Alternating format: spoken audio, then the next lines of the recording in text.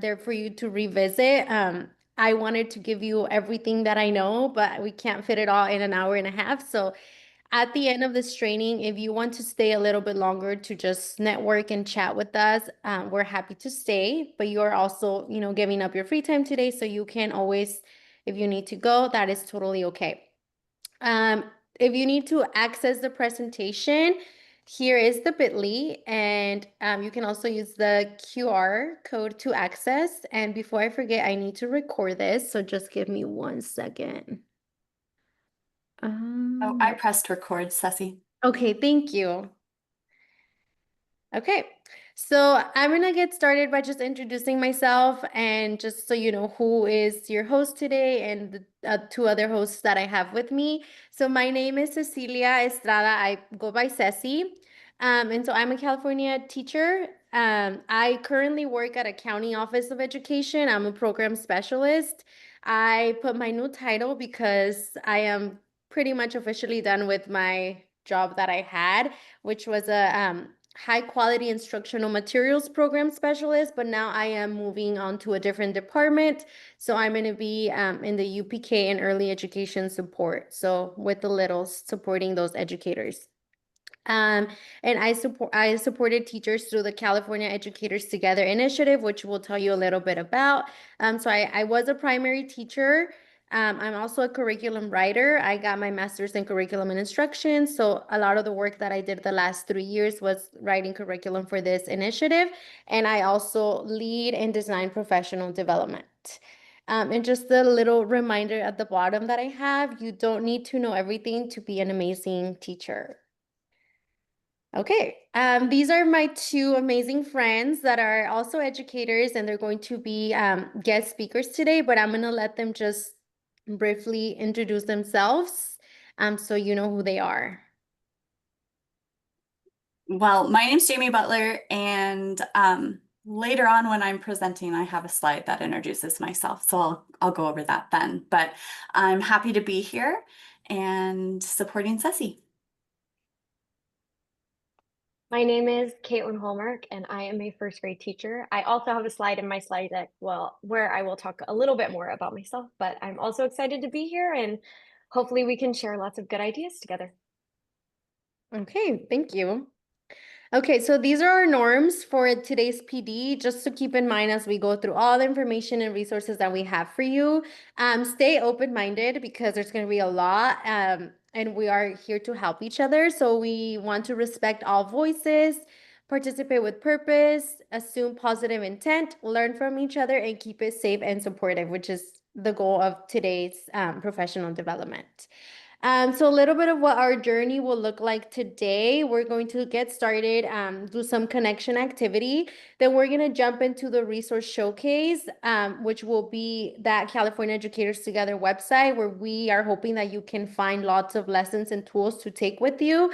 You'll have some exploration time to just explore and collect resources for yourself. Then we're going to jump into the mini PD sessions, which is where Jamie and Caitlin and myself are going to be doing a little bit of teaching on other important topics that you may find useful for the school year. We're going to be sharing and throughout. And just a reminder, this is a collaborative space. So if you bring experience, it doesn't matter if it's a month, 10 years, like please feel free to jump in and support, because that is the whole point of today. We don't have all the answers, but you may do. You may have some of those answers. So jump in and support each other. That is the goal. And just let's grow together. Just a quick agenda, kind of outlining everything we're going to cover, resource showcase, and the different mini PD sessions that we have, which we're going to talk about management with heart and intention, practical classroom routines, supporting multilingual students, and then teaching with care in challenging times. I am hoping we can cover everything, but if we can't cover the last pieces, it's okay, because I linked all the resources there for you to just access later on. The first three are the most important ones, I would say, so we will make sure to cover those. And then we have some networking time. We have closing, and we have a giveaway for you guys for being here today. Okay, so here's our quick connection activity. Some of you already put it on the chat, but we're gonna ask you again just so that everyone is part of it. Please state we're gonna do a waterfall chat, which means you type it, but you don't enter it until I say go, I believe. So you're gonna put your name, the grade that you teach or you hope to teach, because I know some of you that register were student teachers or are in the process of becoming teachers. How many years in education? Where do you teach? State, because some of you are from out of state, city, and that would be enough. If you want to stay the district, that's up to you. And then one thing you're excited about for the school year and one thing that you're nervous about.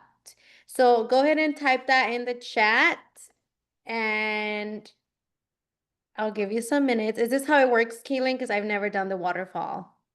So everyone will type in the chat, but don't hit send yet. And then Ceci will count us down. And once she gets to 0, then you'll all click send at the same time. Okay, so I'll give them some seconds to type. So I'm gonna count from 5. No, actually 3. Make it shorter. And if there's anything else you want to add to this, you feel free. Okay, so let's do it in 3, 2, 1, 0. Oh, this is really exciting. Let's see.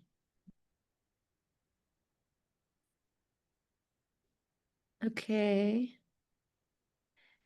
15 years. Oh, Aranda, you're from Texas. Welcome. Thank you. First year,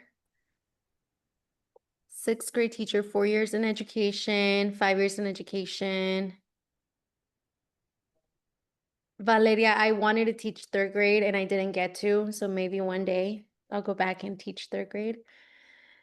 Middle school, Martha, Arizona, 4 year in education, I'm assuming. Okay.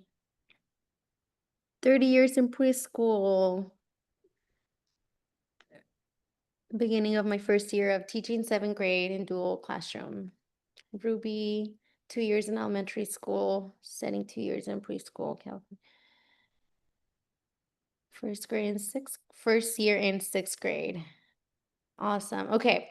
Thank you guys for sharing that. If you have time to look through those, you can kind of see who your people will be. If you're, TK2, that would be probably the people you want to connect with. If you're middle school, you want to connect with them during the networking time. So thank you so much for sharing.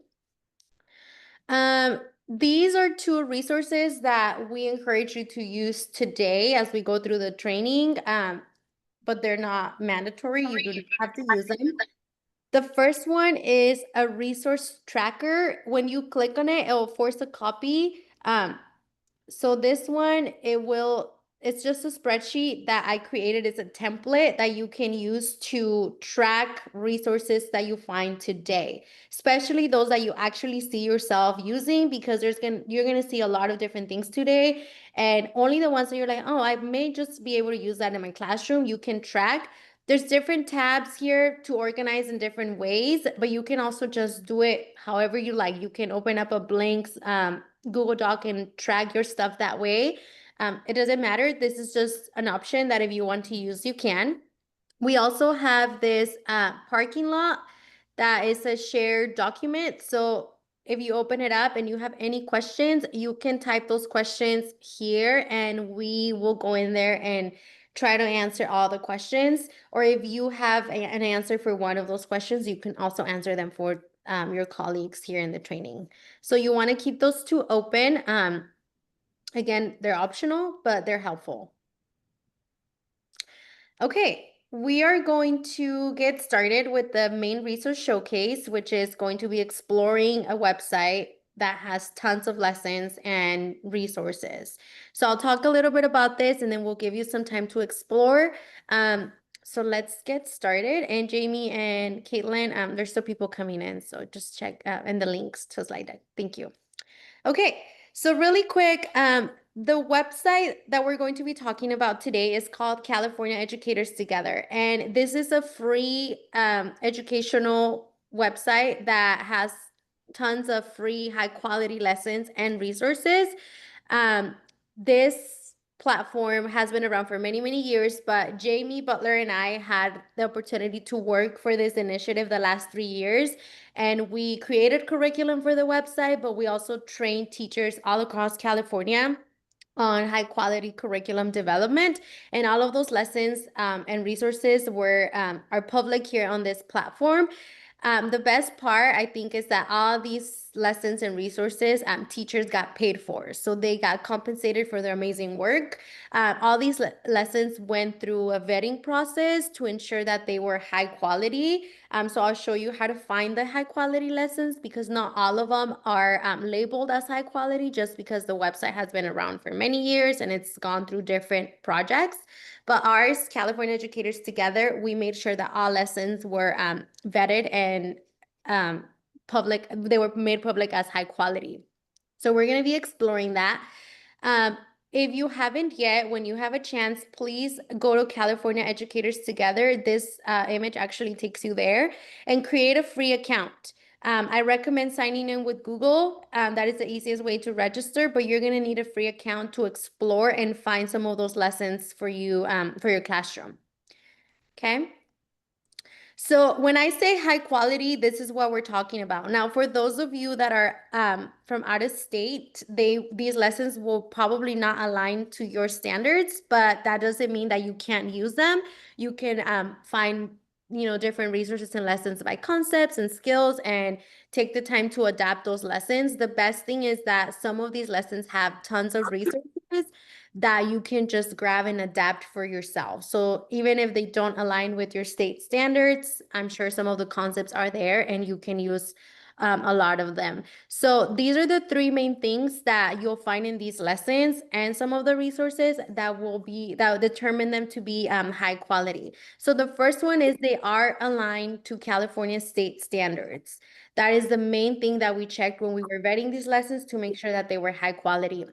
The second one would apply to anyone, regardless of where you are in the state, and regardless of what state you are in. So these are the integrated English language development. So all of our lessons and resources that were labeled as high quality have to have integrated English language development to support multilingual students. And the third part is universal design for learning, which means all the lessons have integrated strategies and guidelines that support universal design for learning. Okay. And if you're not sure what these are, we are going to cover a little bit of ELD today. Universal design for learning would have to maybe wait for another training, because that is a big thing, but it's amazing. If you are not sure what that is, look it up and get into it. This is amazing. It will change your teaching. Your students. Oh, well, thank you for reading her. I was actually just. Okay. So really quick, before I let you explore, I'm going to show you what these lessons look like in the website, so you can kind of get an idea of what it is that you're looking at. So we actually started asking teachers to create units instead of standalone lessons, because we figured in the classroom, realistically, when we're looking for a free resource, we would love for it to be a full week of teaching instead of one day, and then I have to figure out the other days. So what we did is we asked teachers to create units. So I'm going to show you this unit. This unit, I need to log in. So if you don't have an account, you'll get that message. So make sure you make a free account when you have a chance. But I'm going to just log in with mine. And let me open it again. Okay. So this lesson is actually a fictional narrative unit. And if you scroll down, you can see that this unit has a total of 8 lessons. And each lesson you can do, a different day, or some of them may take you even 2 days to teach. So you have everything you need for almost 2 weeks with this unit. I'm going to open one so you can see what the lesson looks like when you come into the lesson. This one is fancy because the teacher embedded the slide deck here, but not all lessons have an embedded slide deck. Not all lessons have slide decks, but most of them do. So when you scroll, you're going to see a lesson that looks very much like those lessons we wrote in the credential program. Very scripted, kind of step by step. So if you're a newer teacher, this may be very, very helpful.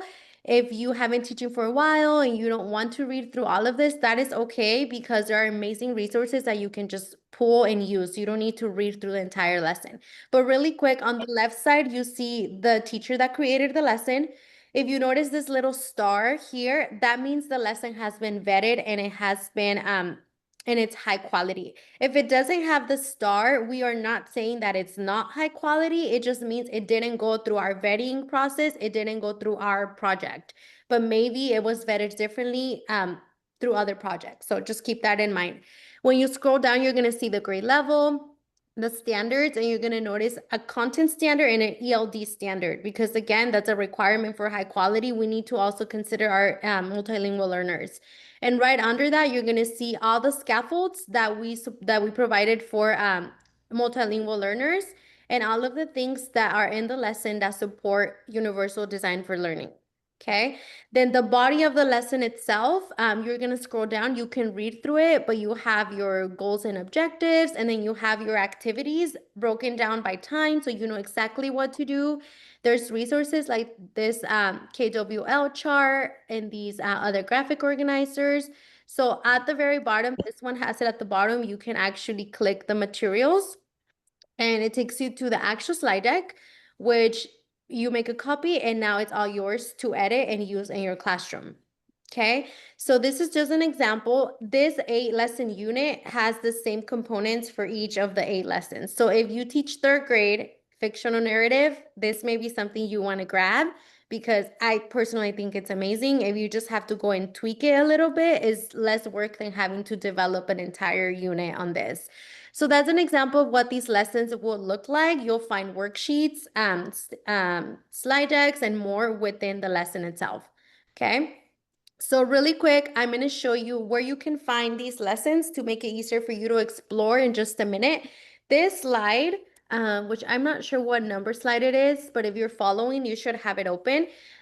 This little star here takes you to a group inside of the platform that has every single lesson that was vetted high quality by our project. So if you go here, you are going to only see the high quality lessons. You're going to avoid any other lessons that may not have been vetted. It doesn't mean that they're not high quality. They just were not vetted by us. So if you scroll here, you're going to find the lessons by grade level bands. So TK to 2nd grade. And if you click here where it says TK lessons by subject strands, it opens this where you can go and look by subject. Okay. And these are all high quality. Then if you go back to the group, you're going to see 3rd to 5th grade, 6th grade through 8th grade, and then we have high school as well. So you really just have to go and explore, and you can find them by subject. Again, how to get there is to clicking this the little star group. Another way to search for lessons, I'm going to show you really quick. Once you make your account and you're inside the website, your dashboard will look something like this, maybe less cluttered than mine, but you have to be on the dashboard. You want to go to where it says curriculum up here, and you can actually filter by, let me go back and make sure I'm doing this right. Where's the, okay. You can actually go to each subject. So if you're looking for a math lesson, you can click math, and then it opens up this window. On the left side, you can filter to narrow it down to only the lessons you want to see, because right now I went to math and I have a total of 1,426 lessons. That's kind of a lot to look through. So you want to make sure you go here. I usually go to resource categories, and if you're only looking for lessons, you may want to do lesson. So it's still at 1426 because we're still in the lessons, but you want to go to content type, or let's see, subjects. So under math, if you know what you're looking for, so if you're looking for geometry lessons, you're going to click geometry and it will narrow it down a little bit. Let's see. You would unclick math though. If you just want geometry, you want to click just geometry. Okay, so that's what I was missing. So it didn't change, but if you unclick math, then now it's only 160 geometry lessons. Okay, let's just say now we want to do ELA. So I can, let me get out of here. Can I change? Oh yeah, here. Yeah, So right there. click ELA. Okay, we have 2,877. That is way too much to look through. If I'm looking for writing, you can click writing. Now it's probably about the same. So now we're gonna be, if we wanted narrative writing, we click narrative, but you want to unclick ELA. Is that correct, Jamie? That's correct. You get rid of ELA and then maybe even writing. Do we get rid of writing as well? If you want it to just be narrative, yes. So if you want it to just be narrative, you get rid of writing, and then now you only have 156 to look through. And then you can filter by grade level. If you're a second grade, then you just put second grade, and now you only have 11, which is nice because you don't have to look through all of them. So just play with the filters. That is the best way to go and filter for specific things that you want. You can also filter by standard, or just go to the group that I just showed you right now, the high quality, and then you can access lessons through there. These groups here at the bottom are personal groups, or like they belong to an organization.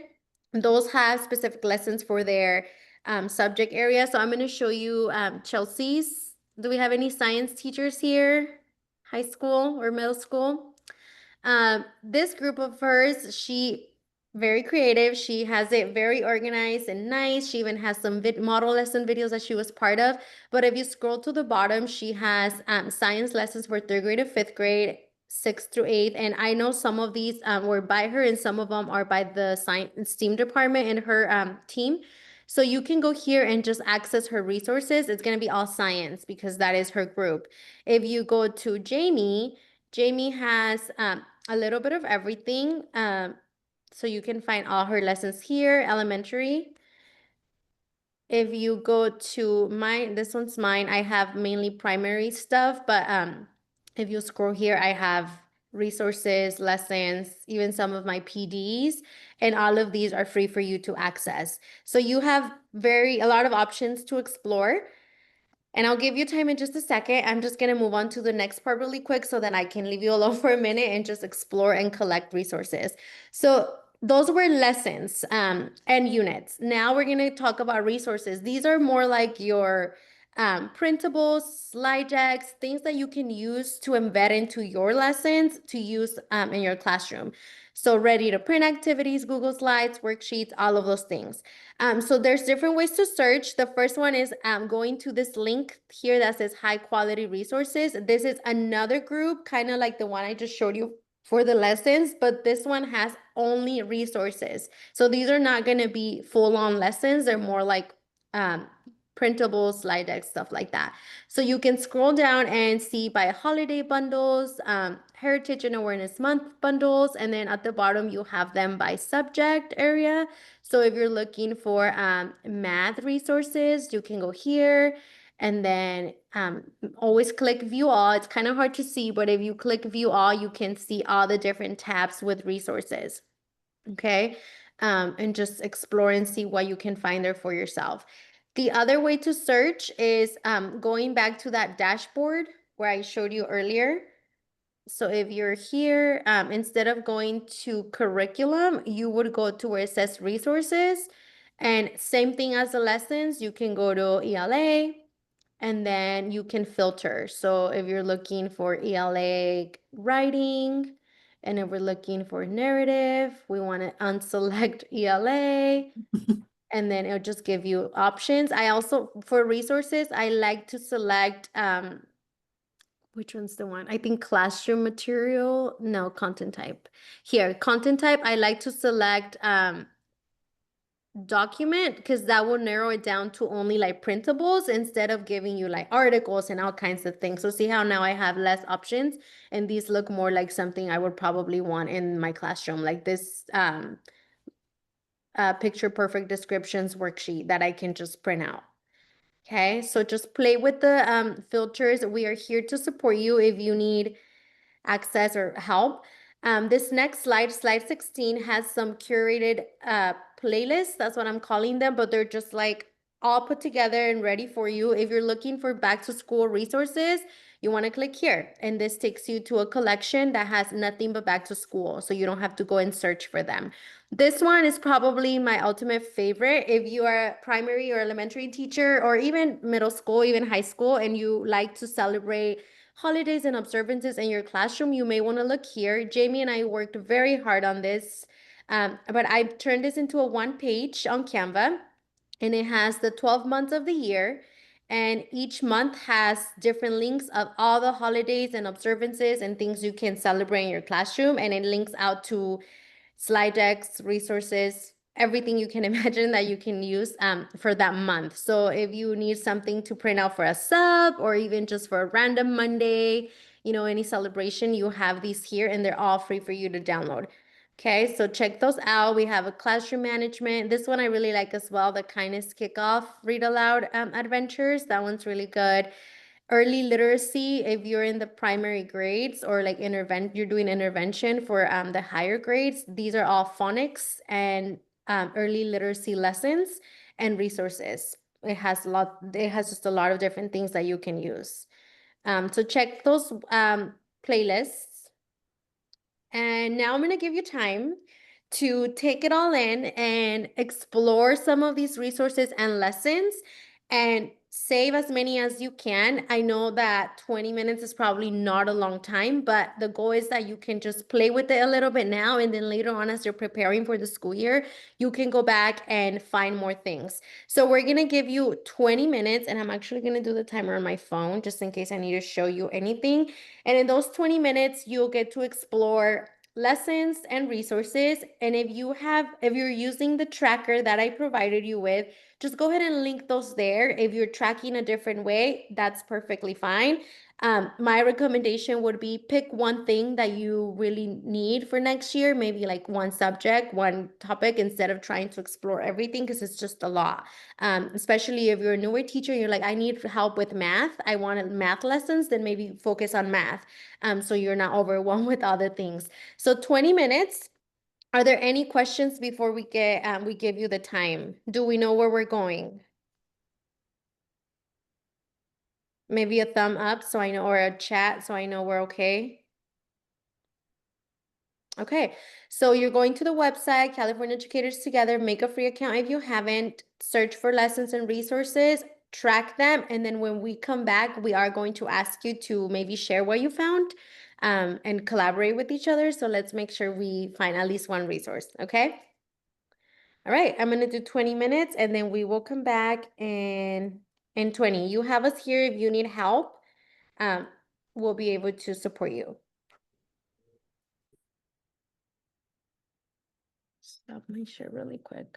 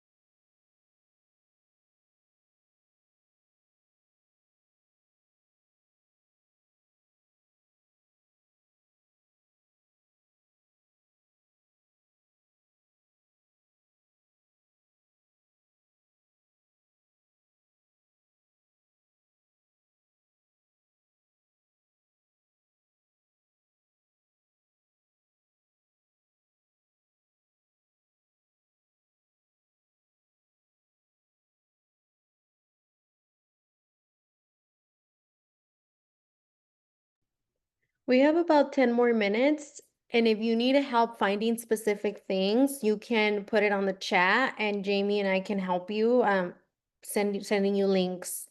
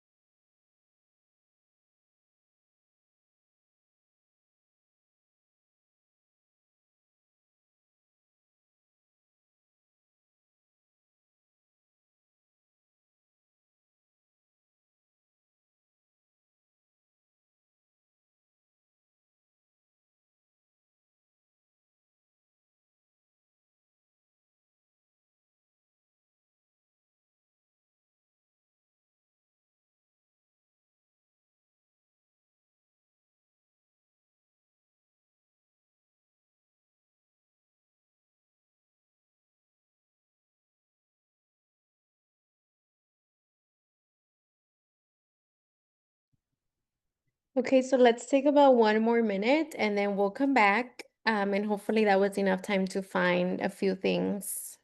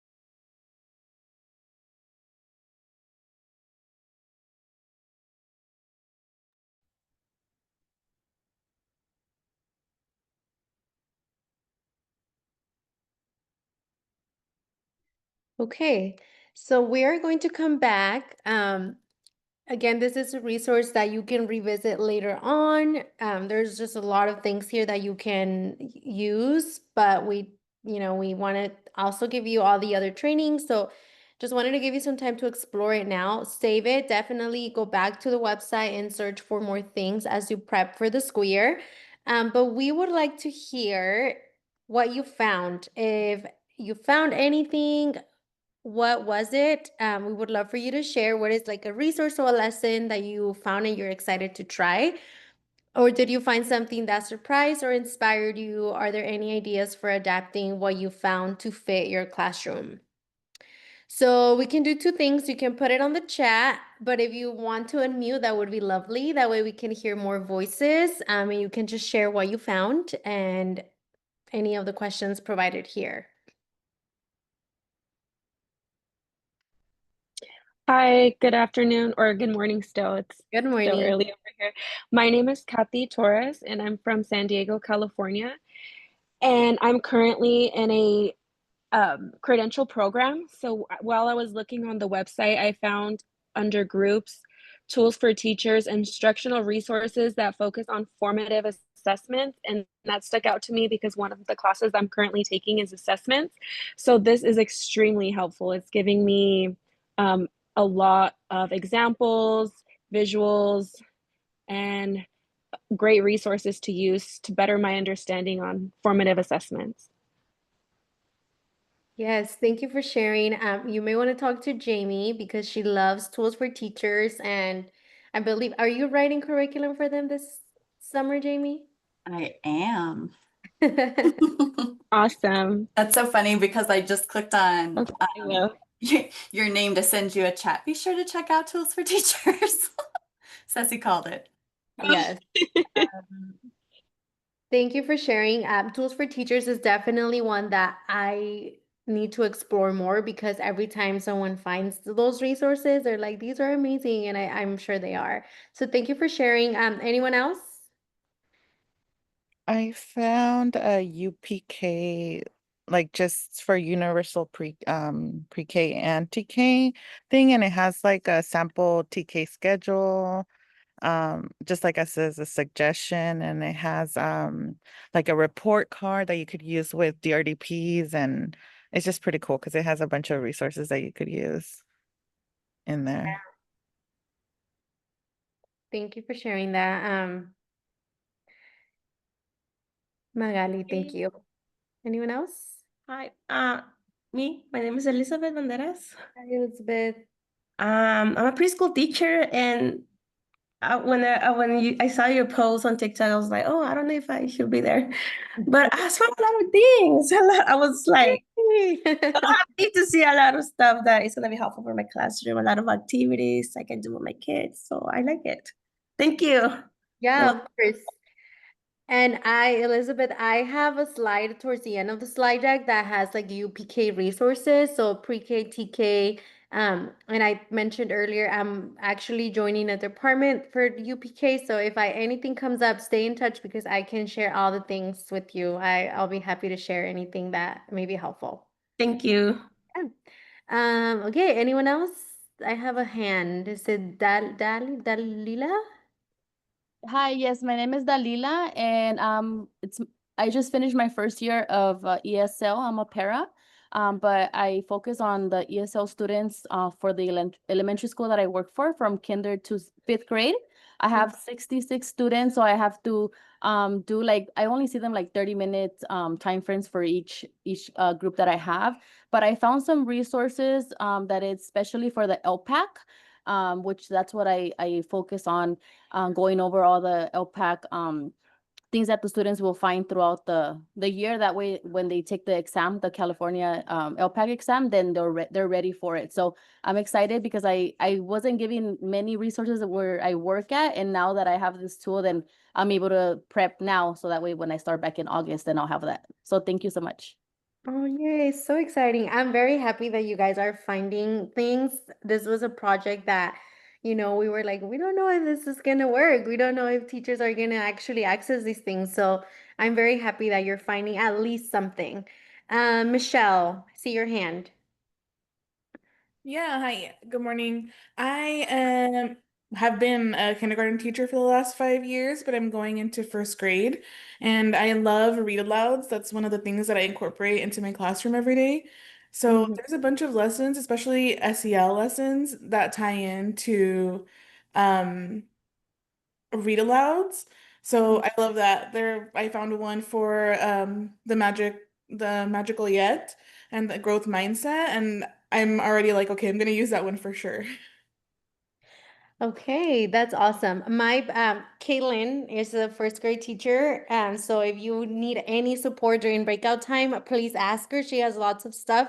My group also has a lot of first grade stuff because I taught first grade, so we're here to help. Um, just a quick, you guys, I have like TikTok is blowing up because some people got kicked out. I don't know how that happened. Like some people got kicked out of the meeting or they can't like rejoin. So I'm trying to like have them just rejoin. So let's see. I wanted to share the video that I found for social Mhm. studies, since I'm going to be teaching fifth grade for the first time for social studies. And it was really helpful. Even though I've been in the classroom over 30 years, for a brand new teacher, these resources that you guys are putting together are going to be so helpful for future teachers, because to keep them in the profession is like the hardest thing the first 3 to 5 years, because it's so overwhelming. So I appreciate that video. And then I also wanted to piggyback on the LPAC. We were given a website, Bakersfield, I believe, put together this amazing website for LPAC preparation. So if anybody wants to look into that, it's the Bakersfield uh, uh, school district, I believe. But thank you so much. Thank you.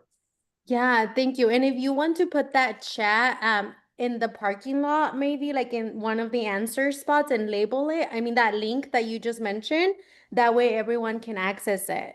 Or actually, if you don't mind, at the very bottom of the chart, just put it there with the Okay. title of what it is. And we can just drop resources there because I think that would be amazing. And thank Okay. you. Thanks, Cecilia. Yeah, of course. Anybody else that really, really wants to share?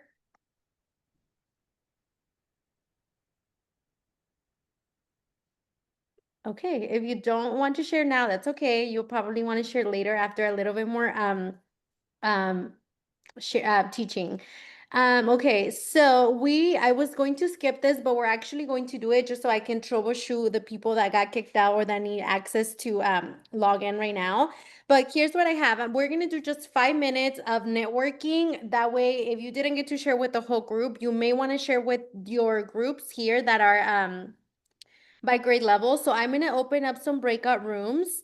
They're already labeled by TK to second grade, third to fifth, sixth through eighth, and high school. Do we have any high school teachers in here? Not sure. Maybe, maybe not. Okay. So if your group is lonely, if you're the only person there, just come back to the main session and then we can put you in whatever other group. When you go here, just talk to each other, introduce yourselves. Your cameras do not need to be on, but just say where you're from, what you teach, and just even share something that you've learned so far or a resource that you have, or even if you have something to share with the team that you know, any of your resources or just tips. We'll give you just 5 minutes, and this is just so I can go and um, help troubleshoot the people that may want to still come in because there's still a lot to cover. So we'll do 5 minutes. You join yourself. I'm going to open the room. So go to the group that best fits your needs, and then just 5 minutes introducing yourself, sharing, and learning together. Okay.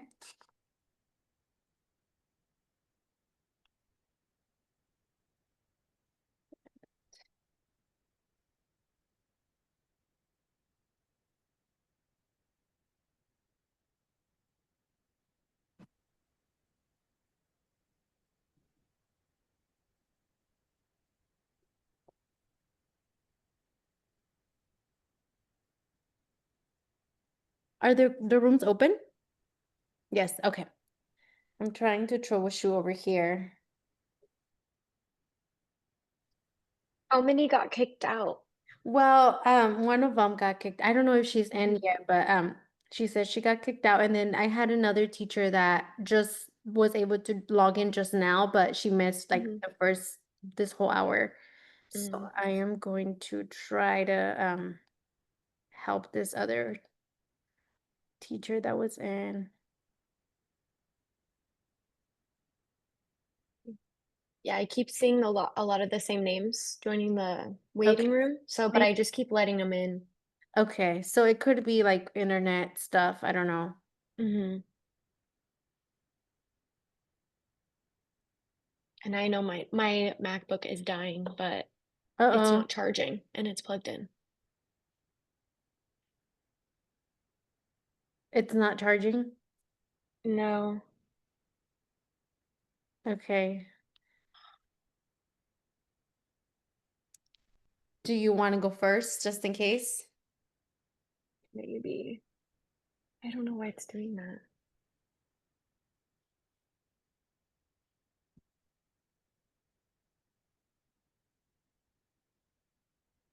Let me see. I want to go to.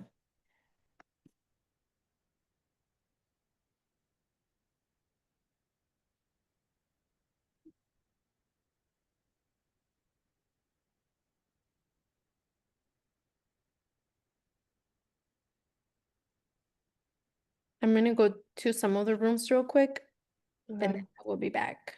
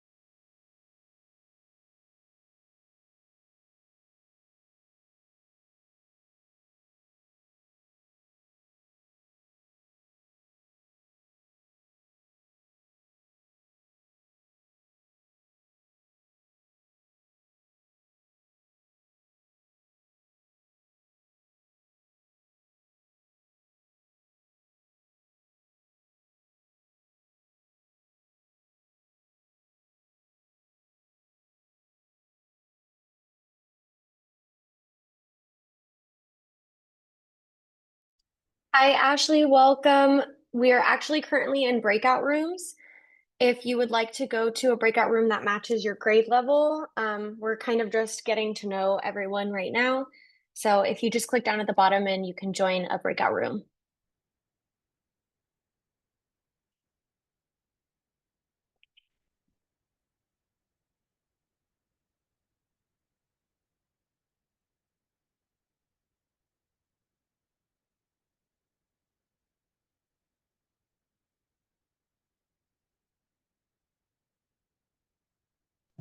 All right, how would I do that? Because I'm on my phone right now.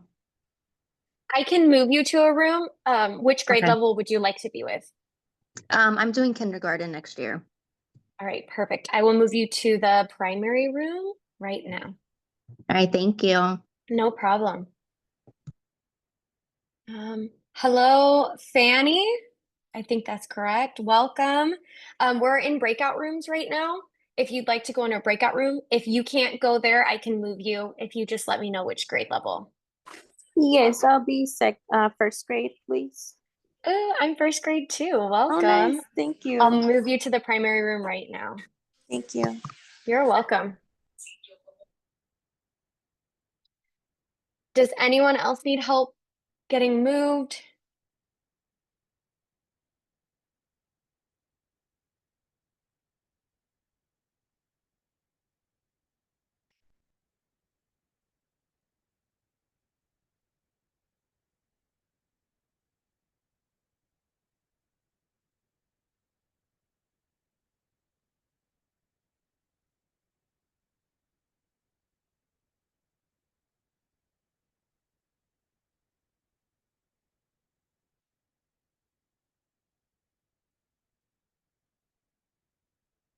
Hello, welcome. We're currently in breakout rooms getting to know people in our similar grade levels.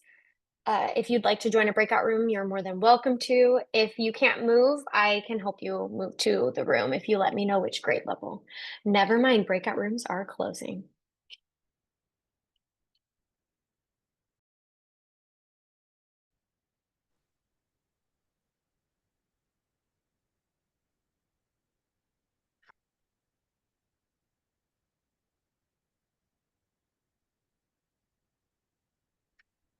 Welcome back. See, I still see people trying to get admitted, so they're probably getting kicked out or something. Yeah, and a couple of people had trouble getting into breakout rooms. I wonder what So, it is. yeah, I was moving them. Okay. Thank you for doing that. You're welcome. Oh, yeah, I just see the messages that they didn't get one. Okay.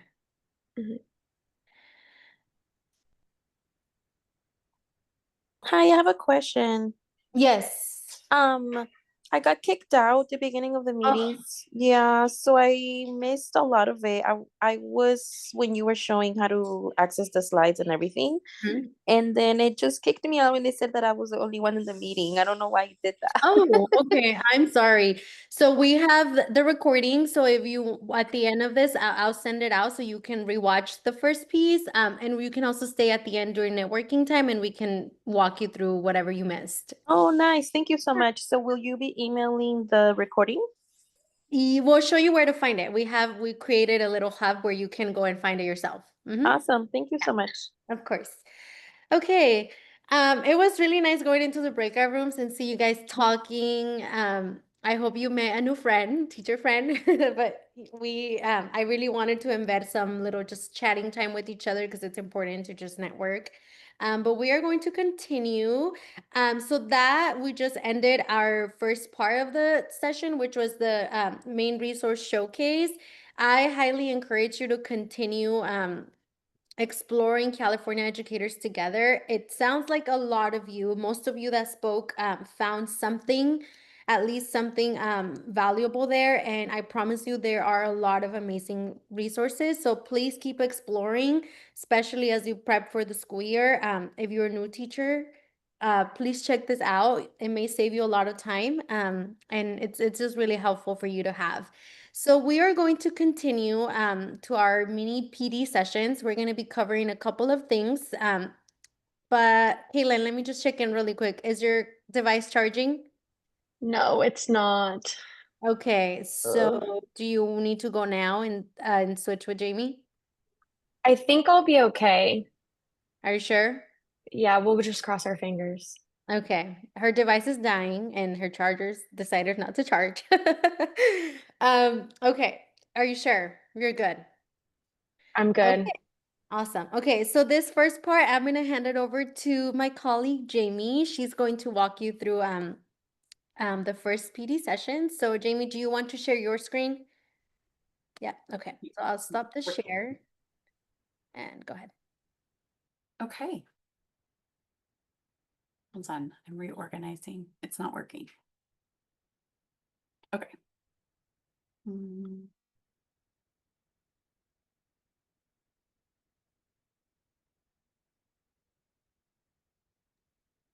Mhm.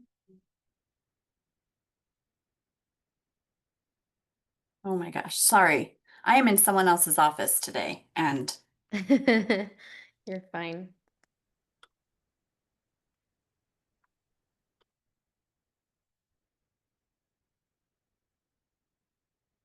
okay, that's what I was going for. All right. So I'm going to talk about classroom management. So I have for you 10 moves to manage with heart and intention. And my slides have lots of links, so make sure you save them. Just to get started, my name's Jamie Butler. I'm an MTSS program specialist for Kern County Superintendent of Schools. As Ceci shared, I worked with her on the California Educators Together initiative for the last few years. As she's moved on to the early ed, I've moved on to the social, emotional, and academic support department. A little bit about me. I was a classroom teacher for 16 years. I taught every grade, K through 5. I have a master's in reading and literacy. I'm an instructional designer and curriculum developer, and I'm passionate about professional learning and presenting. And then some fun facts. I'm a total bookworm, and I love to travel. So does Ceci. I'm a foodie, and I love to cook. You can find me in the garden, crafting, or hiking when I need a reset. And true story, I once led PD in the Redwood Forest. So fun little things.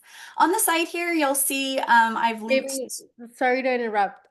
We don't see your screen. What? Does it say that you're sharing? It does say I'm sharing. I see can it. see it. I Oh, can you see it. did? Why don't I I see see it? it also. Okay, ignore me. Sorry. Okay. Over here on this side, this is I'm a part of California PBIS. So I'm in my new position, I support PBIS in Kern County, Ventura County, San Luis Obispo County. And then this part right here that says UDL, if you click that, this is a gold mine. This is from the Cecil grant, and these are, if you want to bring UDL into your classroom, there are webinars, tips, and these Got a Minutes are so great and just little snippets of bringing UDL into your school. So I wanted to just share that with you. Okay, so first things first, Maslow first, safety and belonging come before learning. Have any of you ever heard of Maslow before Bloom? So when you think about your teacher prep program, you learned a lot about Maslow and the hierarchy of human needs. And then you learned about Bloom's taxonomy. And what you may not have heard, though, was that in order for students to be able to do some of those higher order thinking skills, so thinking about Bloom's level 2, 3, and 4, students have to feel like they belong. So they have to feel like they are a part of your classroom. And have you ever heard the quote? This is a quick video. I'm not going to show it because I'm super limited on time and I have a bunch of things I want to talk to you about. But this is such a good video. Just a reminder that your students, before anything, before they will work together, they will cooperate with you, they truly need to feel like they belong in your classroom. And this isn't just knowing like, oh, Kyle plays basketball, doing one of those inventories at the beginning of the year where you ask students to fill out a survey so you can get to know them. It's what you do with that survey. It's learning that Kyle doesn't only play basketball, but maybe he only lives with his dad and visits mom on the weekends, whatever it is. And knowing those things about Kyle so that you can be supportive. And then also asking him about it. Hey, how was your game this weekend? And really trying to connect. It's really, really important that students feel like they belong. So these are a few tips for that. First, you should be greeting your students at the door every single day. Sometimes I like to tell people that teaching is the best acting job you'll ever have because, even the days that we don't really want to be there, some of our students, this is the only time of day where they feel safe. And so making them feel like they're welcome, asking them, how was their game last night? And it also gives you the chance to see right away when some of your kids are off, right? So like you can see like, oh, he seems a little moody. I might want to check in with him. And I always told my students like, hey, at the door greeting, if you have something going on that's going to keep you from being your best self today, please share that with me. And so that might be some type of check-in system that you have. It might be them simply saying, hey, can we talk? I have some stuff I want to share.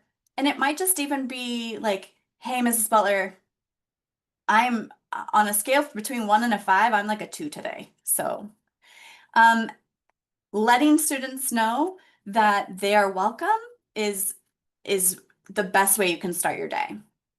The second thing I'm going to say is that I believe in co-creating classroom rules. So this could be through like a social contract. I take it a step further. So I don't know if you can see my bear here. It's not showing up on my screen, but this is linked and this takes you to some social contract lessons that I wrote on California Educators Together. Oh no, where's my screen? Okay. So co-creating the classroom rules, I take it a step further. And once you get on campus, if you're not in the classroom yet, PBIS is basically like a classroom or a school-wide management system. And so you will typically have like your PBIS rules. So I worked at a school where it was ROAR. So it's like, be respectful, own your actions, be responsible, and one more. But if you take your PBIS rules and you bring them into the classroom and then you basically do the expectations of what does this look like in our classroom. So don't just make a poster that says be respectful, be kind. Like kids need to know, what does that look like? They need you to help them understand and help them model. So there is a video here from the PBIS, actually this is in Missouri, but it's still a really great resource. And it'll kind of go over that, what that looks like with you. The next thing I'm going to tell you is you should have a visible daily schedule in your classroom. More than anything, kids love routine. They feel safe when they know what's next. You can handwrite it on the board every day. You can use Google Slides. The only thing with Google Slides is that it doesn't stay up. And I find that kids like to know what's going to happen and they like to be able to look. And so I linked here to some blog that has some cute printables that you're welcome to use. But I want to tell you, when you set a clear schedule and a clear routine in your classroom, sometimes you as an adult might feel like, oh my gosh, this is so repetitive. We're doing the same kind of thing every day. And especially for my type B people, that might be a little bit difficult. But your students learn how to expect what's coming and they behave better. So just having that one little thing, use a daily schedule, can be very powerful.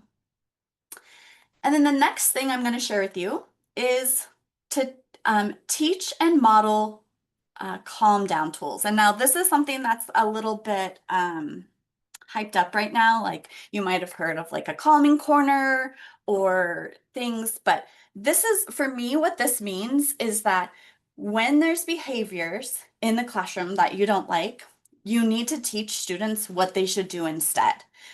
Because a lot of times they don't actually know. So for this, I'm saying teaching them how to like build in classroom time for SEL, where you're teaching them how to take brain breaks, do some breathing. This link right here to Nalini Kids goes to their free SEL curriculum called Subject of Self, and it walks them through each week a different coping strategy, and it really lets them reflect. And they have videos with lots of words, like I think there is one for calm, and there's a movement that they do with it. And they're really easy for brain breaks and to just build into your day. So I know a lot of people go to Go Noodle, but this is like a different one that's a little bit more calming. So these strategies create physiological safety, which is that foundation for engagement and learning. So any questions on these first few before I move on?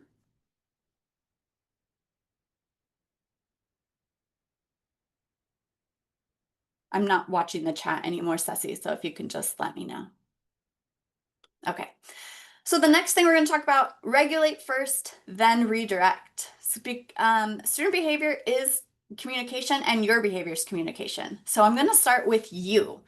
How many of you have ever been yelled at? I have. And let me ask, did it feel good? No. So you can imagine that being yelled at as a child when you have all these other things going on, maybe a grown-up at home that does a lot of yelling, you're not going to be your best self in a classroom where you're being yelled at. And so my biggest suggestion is that you stay calm, you use a neutral tone and proximity. So what that means is when you feel frustrated, you take a deep breath and remind yourself that there's probably a reason this child is acting out. Children are not intentionally naughty, right? People want to be good, and we want to remember that about the students in our classes. So using a mirror technique where you show them how you want them to act, and if you see something that you don't necessarily want in the classroom, yelling is not the option. So we want to just stay quiet. Proximity, move towards them. If someone's acting out and you're on the other side of the classroom, move towards them and see what happens. A lot of times that will fix it in itself. And then if you click here, there's a little article that talks about how tone of voice can shape your classroom culture, and it's a pretty good read. The next thing I want to talk about is make redirection proactive, instructive, and restorative. So what that means is when a behavior starts happening, like for example, let's say someone is running in the hallway. Rather than saying, hey, walk, or no running, you might call them back. We're gonna just stick with our Kyle example. Hey, Kyle, can I talk to you for a sec? Can you tell me what this rule right here says? Okay, right, that we walk in the hallway. Can you show me what that might look like? Okay, great. I just wanted to make sure we're on the same page, because when we're walking in the hallway, that's helping keep everyone safe. Did I redirect Kyle? Yes. Did Kyle understand what he did wrong? Yes. And does he know how to fix it? Yes. So we want to make sure that we are teachers. Even when it comes to behavior, we are still instructing. And so it can feel frustrating because we can spend so much time repeating ourselves. But just know that when we do it in a positive way, we're helping to stop that resentment. And then the other thing I want to mention is catch the good and be specific. I have an example of this. Okay, I have a 12-year-old son who is terrible at loading the dishwasher. He's terrible. He does it really, really bad. And I think he does it on purpose because he's our baby. And he does not want to do the dishwasher. So he thinks if he doesn't do it well, we will no longer ask him to do it. But this has really been bothering me, and his sister complains. And so recently I called him into the kitchen and I was like, hey, Donnie, let me show you how we load the dishwasher. And I took the time and I showed him how to do it. And then I explained, like, almond butter doesn't come off in the dishwasher. Like, you got to scrub some of these things. And then he did such a great job. The other day, I could not believe it was loaded perfectly. I honestly thought his sister had done it. So then I went to him and I was like, hey, man, you did such a great job. Thank you for doing that. And you know what? Since then, he's been doing it consistently. We think that we don't need to like acknowledge the really great behaviors because they're expected, right? But if we don't acknowledge those great behaviors, they don't know that they're great.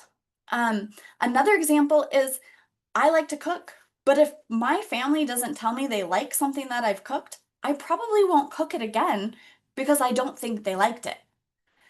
We need to hear that affirmation. And so when you are in your classroom, it is so easy to focus on the negative. It is so easy to be looking for who's not following directions, who's doing the bad. And I would just encourage you to like be really intentional about focusing on the good and being specific. Thank you for helping your partner. That showed kindness. Oh, thank you for getting ready and being ready to go. Wow, thank you for that answer. Thank you for being brave enough to raise your hand today. Thank you for this. And you kind of just narrate your day, but focus on the positives. That way, when you have to redirect, it's really easy to get kids back on track.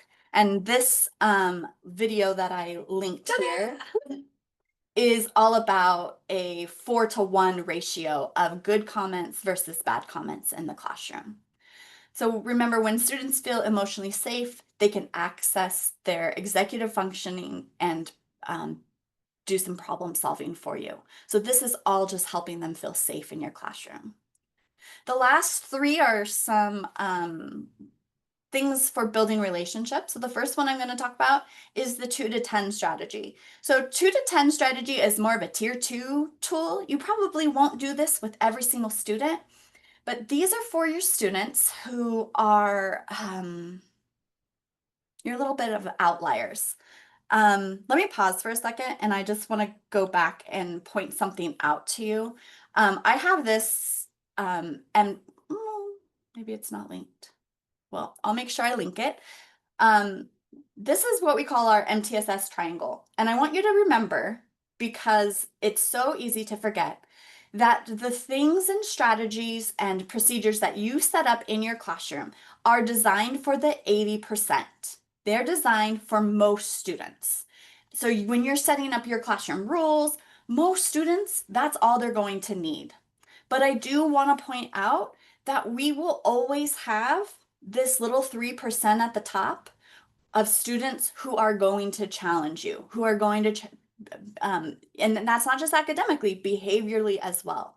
And so that's who I'm talking about when we're saying that we might need to do a little extra work. So the 2 to 10 strategy works really well for those behavior problems. It also works really, really well for your super quiet kids that you don't ever really get to know. And so what it is 2 minutes of connection every day for 10 days straight. So that could be like you're walking to the library and you walk next to them and you just ask them questions about their life and you try to get to know them. You are showing that you are invested in getting to know them. And so you can click on the little number 8 and get more information on that. Number 9. Now, I have to tell you something. Rick Morris was like the classroom management guru from like the 80s and 90s. And you will have seen in your, and some of our teachers who have been around for 30 years that are on this meeting, I'm sure you've heard of Rick Morris. I'm going to tell you that even though some of his stuff looks dated, this book right here is a gold mine. And unfortunately, it is not in print anymore. So if you see it lying around in a teacher's closet or like in your teacher lounge, someone's getting rid of it, I truly suggest you grab this book because it is just filled with information. He has a YouTube channel, and I'm telling you, What's next? he is, you guys, he's old, okay?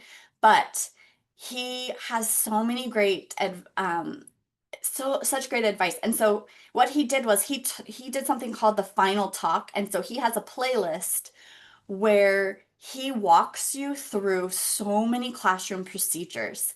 And so you can watch his playlist and his website right here, New Management. That's not true. It's not even a website anymore that he owns. It's gone. So just know, look for this book if you can find it. Watch his YouTube videos. He is so helpful when it comes to building routines in your classroom.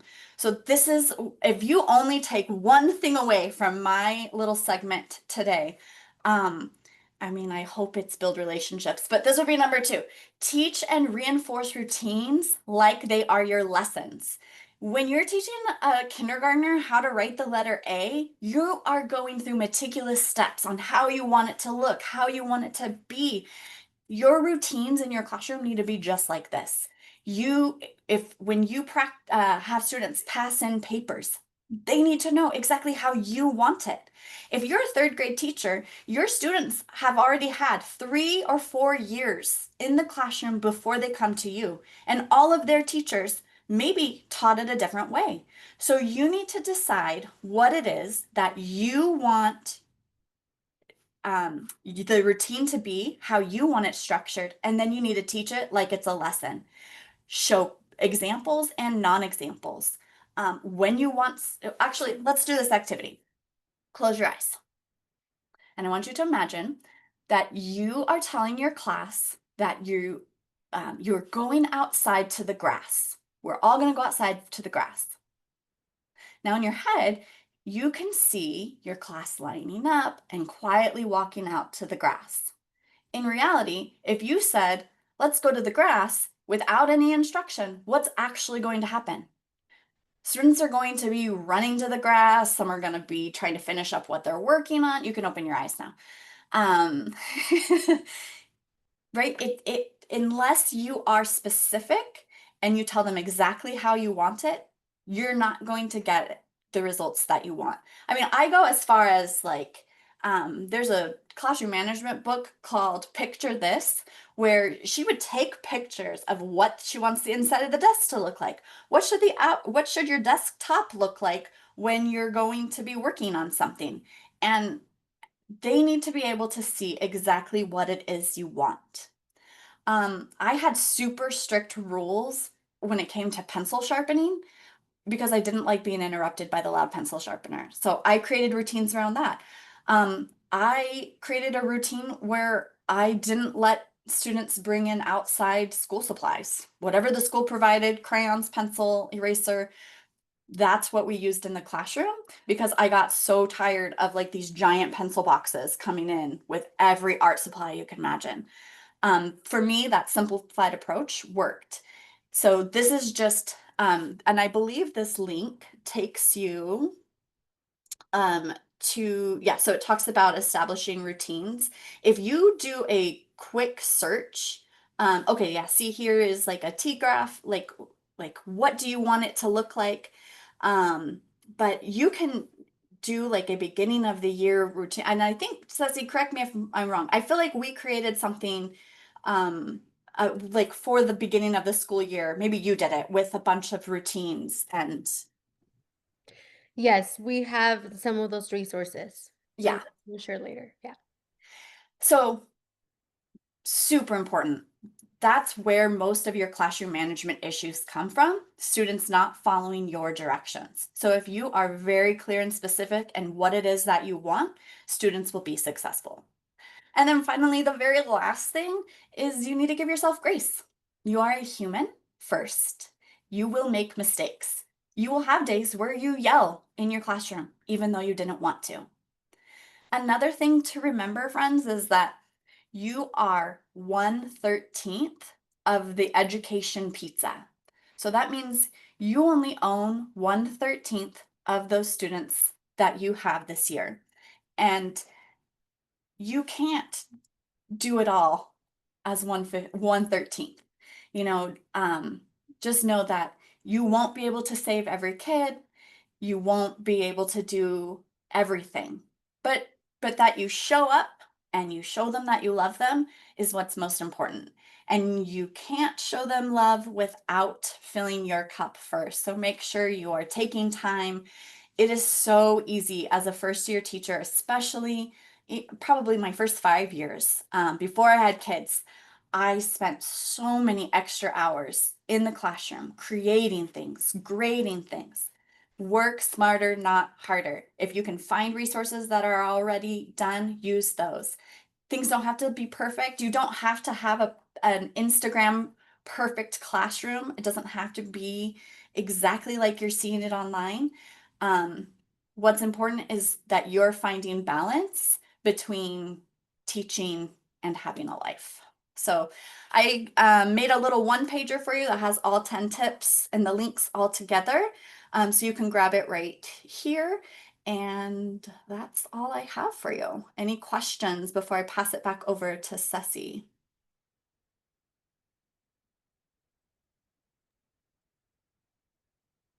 I think we're good.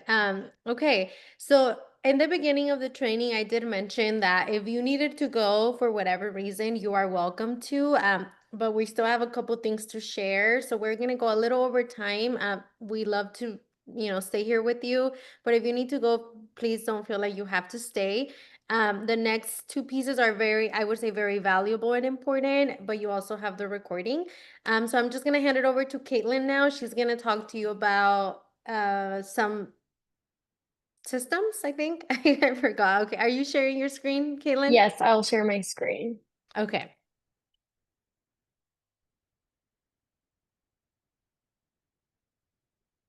All right. I have not used Zoom in a long time, so I'm having flashbacks. All right, I'm going to be talking today about some systems that you can use in your classroom to help save your sanity. These are some routines that I wish I knew before my first year. And, I'm still discovering now, about to start my 5th year, that could really help you in the classroom. So a little bit about me. My name is Kaylin Hallmark. I just finished my 4th year of teaching, and I'm a first grade teacher. I have my bachelor's in liberal studies, my multiple subject teaching credential, and I have a master's in curriculum and instruction, just like Ceci. That's something I'm very passionate about. I'm going to go over 3 different topics today. First, we're going to talk about managing materials in the classroom.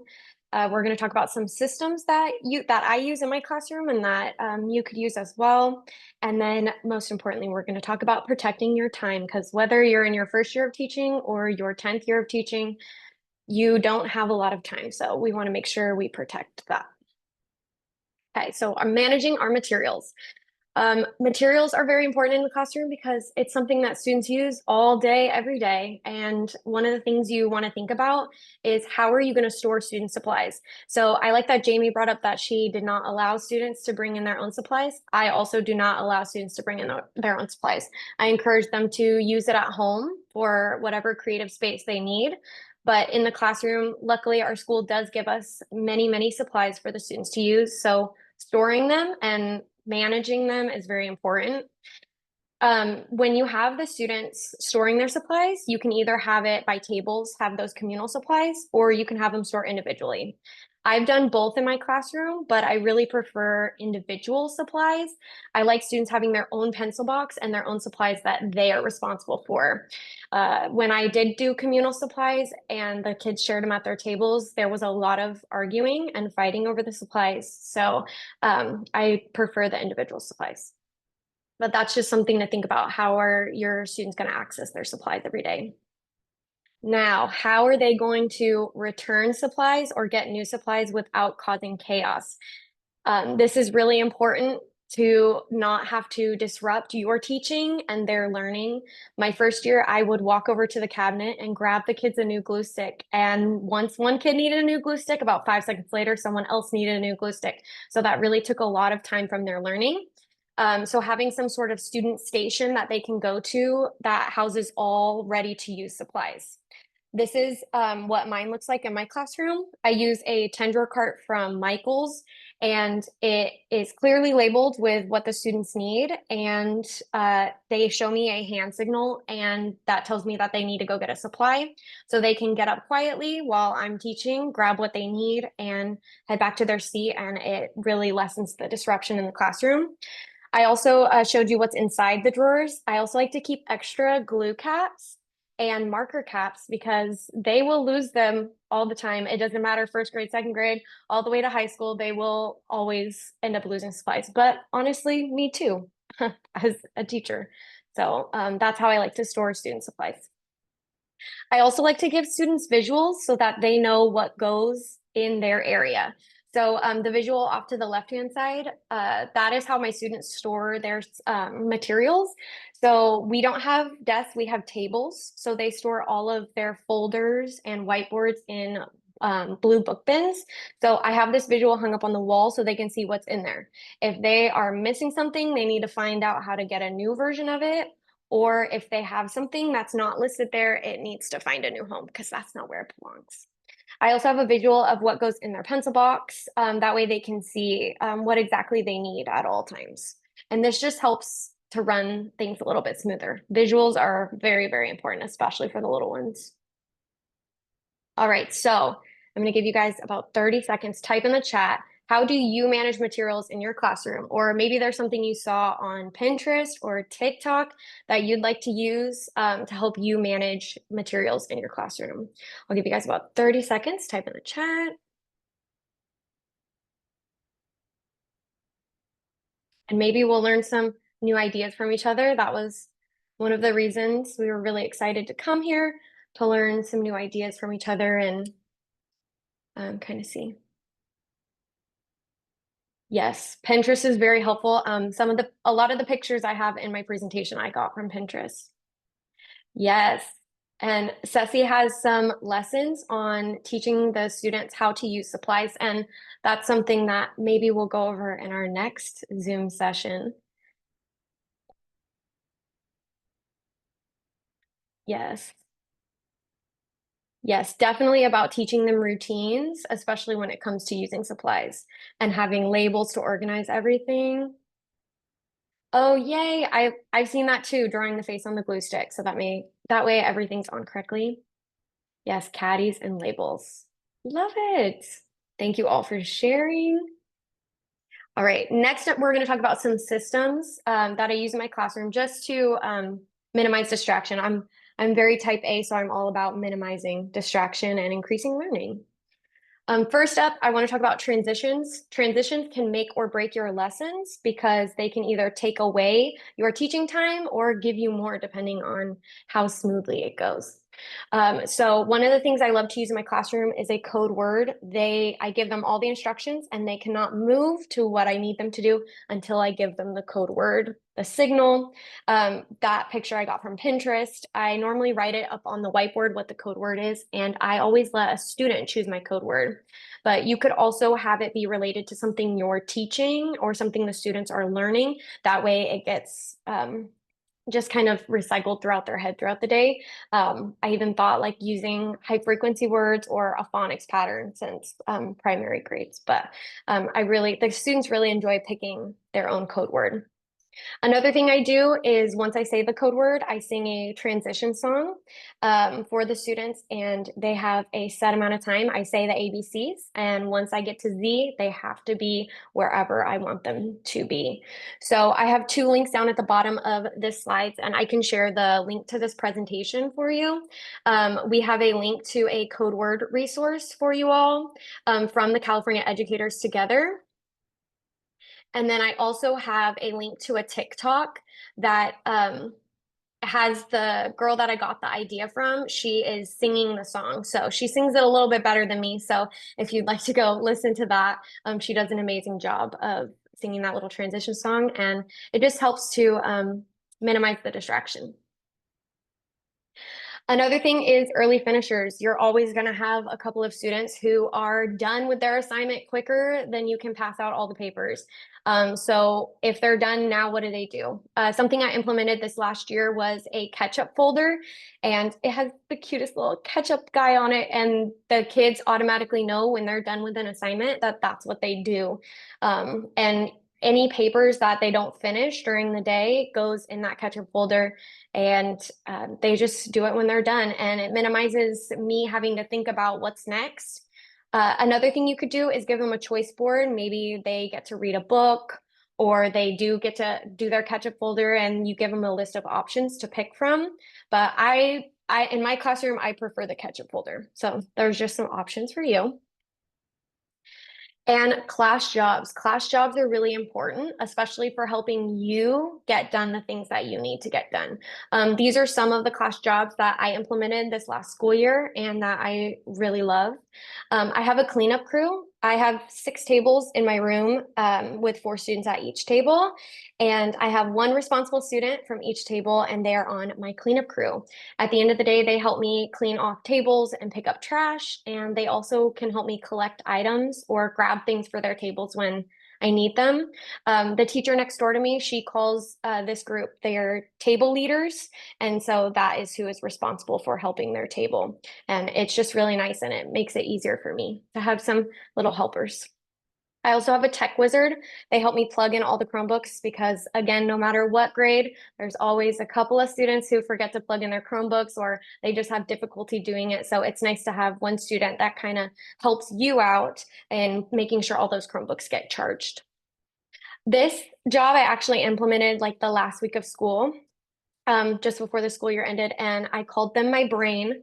I always have students coming up to me wanting to show me their work, and there's always something they missed. They missed a question, they need to add more details in their writing, or they didn't color a picture. And I had a brain in charge of checking student work. So it was the cutest and funniest thing I'd ever seen in my entire life. And I was like, oh my gosh, you do listen to everything I say, because this student would be like, no, you need more details. Oh no, you need to color your picture. And the students wouldn't come up to me. That way I could help other students get what they needed. So my brain really helped me out with checking student work. And last but not least, I have my junior teacher. This rotates every day. I go down my class list and pick a new junior teacher. And this is my mini assistant. They're my line leader. They go to other classes when I need. They run to the office when I need, and they help me pass out papers. And it's really helpful for me to just be like, oh, I need someone to go up to the office. Oh, my junior teacher can go. So I really like those jobs. All right. Type in the chat again, what is one system you use in your classroom or you would like to use in your classroom? Again, I would love to hear anything you've seen online or something like that, so we can share all of our ideas.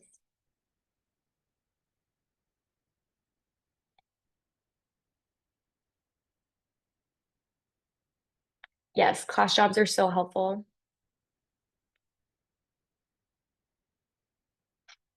Yes, I love the brain. And it's funny, I had my fiance come bring us pizzas for a pizza party, like on the second to last day of school. And my brain, I told him, I was like, she's literally me. And he's like, yes, she is. She was like my little mini me. Yes, junior teacher. I love the junior teacher. And the kids love being the junior teacher. They take it very responsibly. I also tell them, just like in real life, if you're not being responsible, you could get your job taken away from you. So they take their jobs very seriously in the classroom. They're just little mini adults. Yes, I love class jobs. And there's so many, the list goes on and on. I saw a TikTok that had just a bunch of random class jobs, and one of them was the skipper, and they would go up and skip the ads on YouTube videos. So there's literally endless possibilities for that. Awesome. Thank you guys for typing in the chat. All right, last but not least, protecting your time. Like I said at the beginning, whether you're a first year teacher or you're in your 10th year in education, or I think someone said 20 or 30 years, which amazing. We always have to protect our time. You only get so much time in the day to do things that's going to help prepare you. So let's protect our time. One of the things that I've been wanting to implement, and hopefully this next year I will, is creating a planning routine. Every day, every Monday, this is what I do. Every Tuesday, this is what I do. Every Wednesday. That way, you're not scrambled, because when those kids go home at the end of the day, my brain is fried. So you want to make sure that you're organized in what you need. This plan that I have currently on the screen is a plan that I saw off TikTok. Everything's on TikTok, honestly. So this teacher on Mondays and Tuesdays, she focuses on her lesson plans. On Wednesday, she creates a newsletter and sends out some happy mail. On Thursday, she emails out the newsletter for the upcoming week. And on Friday, she has a little checklist that helps prepare her for Monday morning. So this is something that's really easy to follow, and just to kind of make sure that you're saving your own time and your own sanity. Because I know for me, sometimes I'll start doing something and then I'll be like, oh, wait, but this needs to be done. So then I jump to the next activity, but the first activity is not done. So it's helpful to have a planning routine. This is a big one. Make sure you set communication boundaries with your admin, with your parents. If you get an email at 9 o'clock at night, you do not have to answer your email at 9 o'clock at night. Guilty. I've done it. 10 p.m., 11 p.m. You do not have to. Even in the morning, I've gotten emails at like 4 in the morning. You do not have to answer them if you do not want to. Okay. So at back to school night, or in whatever welcome letter or email that you send out, you can state your communication hours. I have this example right here for you to use. I personally just let parents know that I will answer them as soon as I am able to. And that's just kind of what I communicate with them. If you use some sort of messaging app like ClassDojo or Remind, you can silence it after hours. You're not on call. You can respond to them during your duty hours. If it's an emergency and you really need to message them back, you can, but try to, if they're just asking a question about, I don't know, someone losing a backpack, because I've gotten many questions like that, you don't have to answer them right away. And it is okay to say no. If your principal asks you to volunteer to host a club or some sort of meeting, it's okay to say no if it's not going to fit into your schedule. Do not overwhelm yourself. You are not rude. You are a professional with a lot on your plate. All right. If anyone has any questions for me, feel free to type them in the chat. I would love to answer them. You can also put them in the parking lot and we can answer them. Even if you have questions after this meeting, you can add them to the parking lot and I would love to go through and kind of answer them. Yes, protecting your time is hard. It's so hard for me. I'm still figuring it out every day. And then last but not least, if you guys want to stay in touch, I didn't link, but I put my TikTok and my Instagram there if you would like to stay in touch with me. Okay, And that's all I thank had. you, Caitlin, and Jamie. Thank you both. Should we give them a little clap or a cheer? I don't know. But thank you guys for being part of this. As soon as I started seeing all the people that were interested in this PD, I was like, I can't do this alone. Like, I need some help. So thank you both for joining. For those of you that are still here, we are way past our time, but we still have like a little more to cover. And I promise I will not, take too long, but I do want to cover it. So let me just do a quick poll right now, just to see where we're at. If you're okay with staying just a little longer, give me a thumb up. And if that is okay with you, maybe we can do like a 3-minute break just so you can get a brain break from all the information. And then we'll come back. If you're ready to go, you're free to go. Again, this was free. You're giving us your time. Just check out the rest of the slide deck because there are a lot of amazing things there. And we have an announcement at the very end, so we may have to do a little early. It looks like a lot of you are still okay with staying. So if you're okay with staying, let's do a 3-minute break. So it's 11:54. I'm over here doing the math. Just 3 minutes, 58. Come back at 11:58. And then we'll just do the rest really quick and then you'll be able to go. Thank you.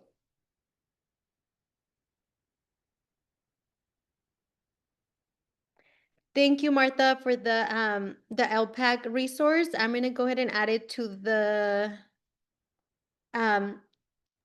parking lot as well, just so we have it. Or actually, I'll put it in the Thank slide you, deck. because I couldn't find the parking lot sheet. Okay, no Thank worries. you. I'll put it in the slide deck as well, so they can access.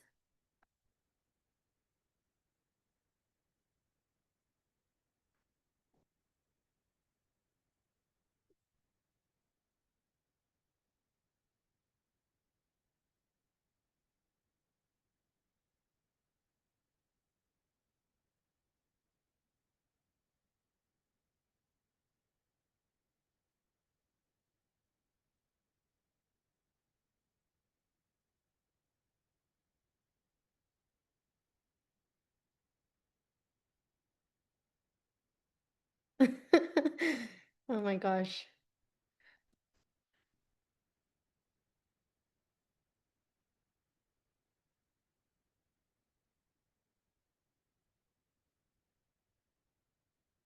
Jamie, Eddie just sent me a text. So if you're still here, you have to know our boss is actually in here. I don't know why he decided to join the PD. We're doing an our free time. But he texts me, he's like, Caitlin is saying teaching about protecting your time, but she's doing the PD on her free time. I mean, he's You not know, wrong. we He's- have a passion. We're going to lunch. He's waiting I for love to get it. done. Oh, you're going to lunch with him? I was like, it makes me so happy. He was like, send me the link. Yeah.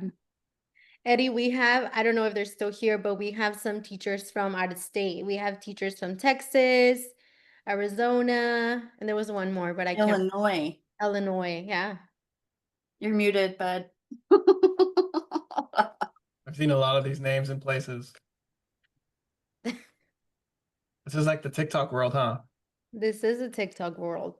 I think Yeah. everyone came from TikTok. I think. I didn't. It's all the cool kids. I think I follow like most of them, but none of them follow me back. It is what it is. I'm not complaining. You know, TikTok is very powerful. Like, it's very powerful. We sent invitations to over 200 people. I mean, for some people it obviously didn't work, but yeah, over 200 people got like a direct invitation, and then a lot of them just kind of got access to the link, but we still had a really good turnout. We started with like 33 people, which is really good. Mhm. I think I have the wheel. Let me see. Oh, okay. I had 42 names typed up. Ooh, okay. That's really good. So that's a lot. I don't think they're all still here, but No, but we can still. and my resident had popped on for a little bit, but I think she's gone now. Ceci was trying to tell me, she goes, oh yeah, Caitlin's gonna be there. Do you know Caitlin? I was like, excuse me, I think I know Caitlin longer than you. So there's always that. It is what it is. Yeah. Okay, friends, we are going to continue just to honor your time and hopefully go through all these things quickly. And I just looked at the chat and Michelle said, I've learned so much from TikTok. Me too. I love TikTok University. That's what I like calling it, because you literally learn so much. So I love the teacher talk side.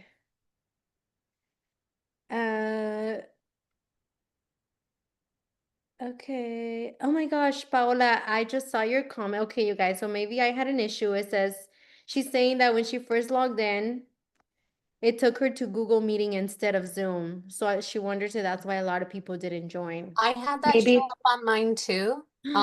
But when I clicked on the little, there was like on the top, like it looked like it was a picture attachment, but nothing was loading. Once I clicked on that one, the Zoom one came up. So I just clicked there. Oh, wow. But Okay. like on the invite one, it did have the Google Meeting one. I Yeah. was there for the first 20 minutes. Oh no. Oh my gosh. I am so sorry, you guys. And that's why I put a comment in your on the TikTok, because I was like, I was still. You know what? The thing is that I did Google because I didn't want to use like my work stuff, but I should have just used it because it would have been a lot easier. But I know like at least only 30 something people accepted the invitation, so I just kind of assumed, everyone else didn't. But I'm so sorry that happened. The good thing is that we have it recorded, and then I'll definitely fix that issue for the upcoming trainings. That is not good. Okay. Thank you for letting me know. I'll definitely troubleshoot that for the upcoming trainings, but we are going to continue. So this next part is important. We're going to go over it really quickly and just want to show you some resources that you can use for supporting multilingual students or English learners. Let's see, we're still having even some people joining. Okay, so these are the basics that you want to consider when supporting multilingual learners, and this applies to every grade level, every subject. So whether you're high school, middle school, elementary, it doesn't matter. These apply to you because regardless of the state that you're in as well, you're always going to have multilingual students that will need your support. And unfortunately, a lot of times in the teaching credential program, we don't get everything we need to support these students. This is learning that has to happen later in the years. So I wanted to just share a few resources with you. So these are the basics that you'll want to be familiar with to support or to start supporting your multilingual learners. And the first one would be knowing your English language development standards. For California, we have ELD standards that we all must follow and use to support multilingual students. They provide you pretty much a roadmap for language development in the 4 language domains, which is listening, speaking, reading, and writing.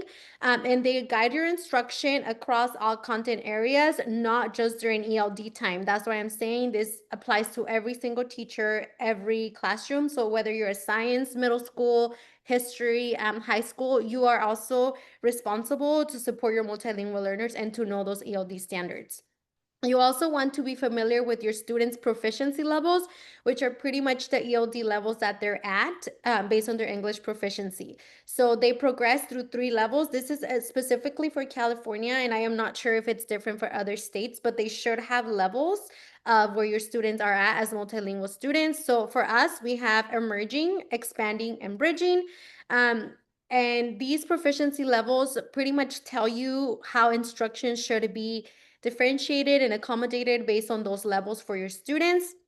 And you can use these levels to set realistic goals and choose scaffolds and supports for your students. The third thing that you should know to support multilingual students, one of the basics is the scaffolds. These are just tools and strategies that can help your students access the grade level content while they're developing the English language as well, because English is their second language.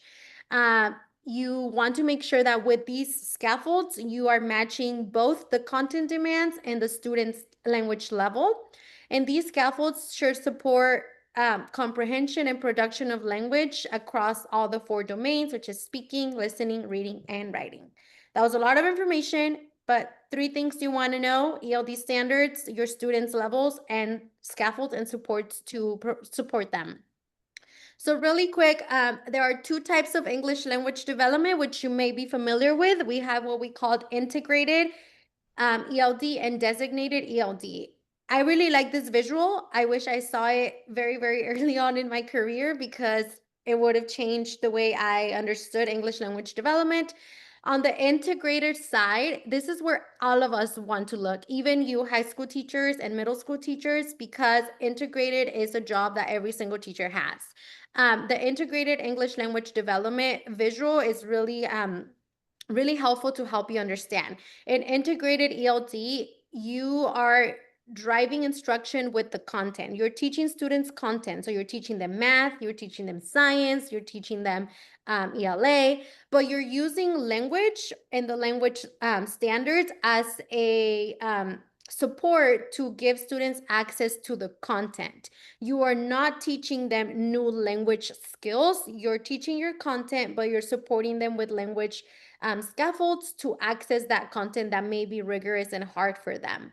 On the other side, with designated ELD, unless you're an ELD teacher for high school and middle school, you probably don't have to worry about this, but everyone that's an elementary school teacher, you do have to worry about this most of the time because you are also the designated teacher, meaning your students deploy to different by levels, and so each teacher gets a level of ELD and you have to teach that specific level. So with designated ELD, The visual shows you that instruction is driven by language and the content is just a support. So in designated ELD classes, you are never going to be teaching students new content. So you're not going to be introducing a new science concept or a new math concept. You are going to use content that they already know, because the goal is to teach them language, not content. So if you have a designated class, you're using content they're familiar with to help them learn those language skills. So for example, when I was a second grade teacher, when we were learning describing in our home classroom or homeroom classroom this week, we wouldn't teach, we would wait like 2 weeks, and then in 2 weeks from now, we would use the read alouds that we used this week, 2 weeks ago in ELA. We would use that material or that content from that week for designated, because we would tell the kids, remember when we learned about this, and they already knew it. So now the focus was language, not new content, not new concepts. So that's the main difference. We always want to focus on integrated, mainly for all of us, because we all will have multilingual students in our class at some point, and so we need that integrated ELD. Okay, so really quick proficiency levels. Like I said, I'm sorry if I'm not familiar with what this looks like in different states, but this is what it looks like for California, the 3 levels. We have emerging, expanding, and bridging. Based on the California levels, for the LPAC levels, your emerging are your level 1s. So these are your students who are just learning English as their second language. They may be newcomers, they just came from a different country, they know very little English, or they're new to school, they're just starting kindergarten or transitional kindergarten, and all they speak at home is Spanish. So now they're coming into school and they've never, they never really talk English. So those are your emerging. The key word about this is that word that's bolded, so substantial language support provided, which means that at this level, these students need substantial support from you. These are the babies that you're gonna have to be giving them a lot of scaffolds, a lot of support, even if they're in high school. Expanding would be your level, LPAC level 2 and lower level 3s. And these students have a little more advanced skills and ways to, we want to, hold on, I'm reading this and I got confused. The growing language skills are in more advanced ways that are appropriate to their age and grade level. So for them, the key word is moderate language support. So you're still providing them support, just not as much as the emerging, or it looks a little different. And the last one would be your bridging. These are your students that can do a lot of these skills independently. They can use high-level English language skills, and they can possibly be part of grade level academic activities in all content areas with light support. So notice that you still have to give them support. It's just light and it looks different. So regardless of what your state's levels are, keep in mind that they all need your support, just at different levels. And this is really powerful to see, because when I started teaching, I didn't know this. I didn't know. You don't know what you don't know. And so you don't really know what your students are. So I highly encourage you that when you get that class list for next year, you identify your English learners and you identify their levels. I just want to share, because I know we have some high school teachers here. I started high school as a freshman. I came from Mexico. I did not know any English. Like, I knew zero English, and I started as a freshman. I was 14 years old and I was an emerging student in high school. So I didn't know anything, and I did get a lot of support from some of my teachers, but I always like to think about, this is not just for elementary students. This is for every single student. Like, as a high school student, I had no idea what my teachers were saying. And these supports really helped. And, if I could go back and teach high school and do it all over again, I would just make sure that I'm supporting my students, because it is harder for us when we're older and we definitely need those supports. So this applies to everybody. This is a resource that you want to print out and keep with you forever, especially if you know that you will have multilingual students in your class. This is linked here. It is the integrated ELD standards, and these are for California. So again, if you are not from California, this may not apply to you, but if you want to take a look at it, you can. It's a bookmark, which I recommend you print it out. These are the ELD standards. They're divided into 3 parts. We have part 1, interacting in meaningful ways. Part 2, learning about how English works. And part 3, using foundational skills. I'm not going to read through them, but you can kind of see what the language skills are the students need to be learning. These 2, you also want to print out. And these, it doesn't matter for which state you're in, because it's just the 2 charts with tons of scaffolds that you can integrate into your lessons and use to support your students. What I love about the charts is that it gives you the level. So if you have newcomers regarding whichever state you're in, you can look at this entire side, and all of these will be supports that you can use for your emerging students.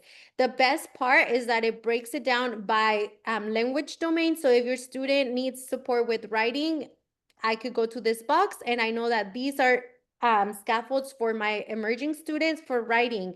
If I want speaking, then I go to speaking. So it's really, really nice to have this. This is the other chart. It's very similar. It also tells you by level and by language domain. If they need support with speaking, you can go to speaking. If they need support for writing, you can go to writing. And you can mix and match. It doesn't mean that emerging supports can't help expanding students. They're just organized like that, so you can see what they really need, but you can jump around and grab those for your lessons. So print those out. You will love them. I'm going to skip this, but it was just kind of showing you how to use the chart. So I'm going to do the first one really quick. If you are reading an article on animal adaptations and you need to support an emerging student, this would be me as a high school student, no English, newcomer, or very little language fluency. I would look at my emerging chart, and I'm going to look at reading. And here's one easy scaffold that I can add. I can, instead of just giving them the article to read, I can preview the text with content, with pictures, videos, demos, charts, and experiences. So I can do all of that even before actually reading the article to support that emerging student. Okay, so if you want to look through these examples, you can do that later, but I just use this chart to guide my instruction on how to support those students. Okay, are there any questions about what we just went over? These do apply to every grade level. Okay, it looks like we're good. So we are going to wrap up. I'm just gonna kind of show you what's on the slide deck. So if you want to take a look later, you can. These slides, if you're following me on TikTok, I share them on my TikTok, but you can access them later. I'm not gonna teach anything here. I just want you to see them. These are called Teaching with Care in Challenging Times. I'm sure we're all aware of everything that is going on right now. They're hard times for us educators, for our students, for families. And though we are not getting political here, that doesn't mean that you are not there to protect your students. It is still our duty and our job to keep them safe without bringing anything into the classroom that may make you or them uncomfortable. So these are some resources that you can utilize in your classroom to support students when they're feeling unsafe, when they have fear. Some of these I just curated from different websites. There are some posters here that you can print out. There's this little list that I put together of daily supports and things, everyday actions that you can do to support your students and make them feel safe. These are some read alouds that can be helpful to read about what's going on without really saying what's going on and still acknowledging their feelings. Then this one right here, I found a website that has lessons. These would be more like high school or like higher grades, not for the elementary, but you can look through them and even help yourself, coping with all these things. This one is a resource from a teacher that I also met on TikTok. She is the owner of a coffee shop in LA, and she actually, in her website, she started up creating a page where she's collecting resources for teachers, and she's putting it out on her website, her coffee shop website. So I think that's amazing. So if you want to look at that, that's there for you. Here are just some more resources related to the current events that you can grab and use for your classroom. These upcoming ones, I call them teacher resource gems, just reminders of things you may want to look at. Classroom management go-tos. Here's a classroom management plan. This is a collection of classroom management things. Resources for back to school. Early literacy, this collection I showed you earlier has tons of lessons just focused on early literacy. The holidays and observances, make sure you save that one. The playlists, I put the LPAC warm-ups link that Martha shared with us. And that is really all we have. We are going to probably skip networking time unless you want to stay. This is optional, but I'm going to go over the other things just really quick. We are announcing something special. Kaylin, do you want to talk about this? Do you want me to? Up to you. I can. I have the website pulled up. Okay, if you'd like so me to share it. we're just doing this announcement. We'll do our raffle and the upcoming training announcement, and then we're done. So no more than 5 minutes. Go ahead. Okay, so here is the website that we created yesterday, and we're very excited to share it with you all because we don't want this to be a one and done Zoom meeting. We want to continue having this community and growing it. So we called it Lessen the Pressure, and we want to be able to connect and collaborate and help you guys find stuff that's going to work in your classroom. So if you guys go to the website link, I don't know if you can share it with them. It has some overviews of our project, and then we'll link any upcoming sessions that we have for you all. We also have other helpful links on there, like we started a Google folder to house all the resources. Also, the website, the California Educators Together, that Ceci shared earlier, is linked on there. And the most important thing is we have a survey that we will send out the link for at the end of this, where you guys can fill out stuff that if you want us to specifically talk about. This is also where we'll house everything that came from this session. So when we talked about how the Zoom's being recorded, it will be here on our website. That way, if you want to refer back to it at any time, it is there. And then sneak peek to what is coming soon is already there as well. And I won't share too much about that. So that is our website where we will house all, that'll be like your one-stop shop for everything. Okay, so I put the website link on the chat, but I'm also thinking I'm gonna still send out an email since a lot of us are no longer here. I can just have that sent out so you can have it, and it's also linked in the slide deck. So make sure you check it out. We have amazing comments in the chat. Everyone is excited, and we're saying some of them are asking if there's a part 2. Yes, there is a part 2. We want part 3 and 4 and 5 and many parts. So this is why we need your help. So before you go today, please complete this survey just for feedback and to have your contact. I also encourage you to put an email that you actually check constantly because you don't want to miss these emails. The survey is pretty simple. It's just asking you some feedback, and then it's asking about future PDs and stuff like that. I don't know if I mentioned this earlier, but I just also want you guys to know that we did this, in our free time. It comes from our passion and our love. This is not part of our job at all. I did share some resources from the work that I'm doing or that we're doing, but this is not a job assignment thing. This is something that we decided to do, and we really want to continue growing this community. So please complete the survey because we want to continue to connect with you.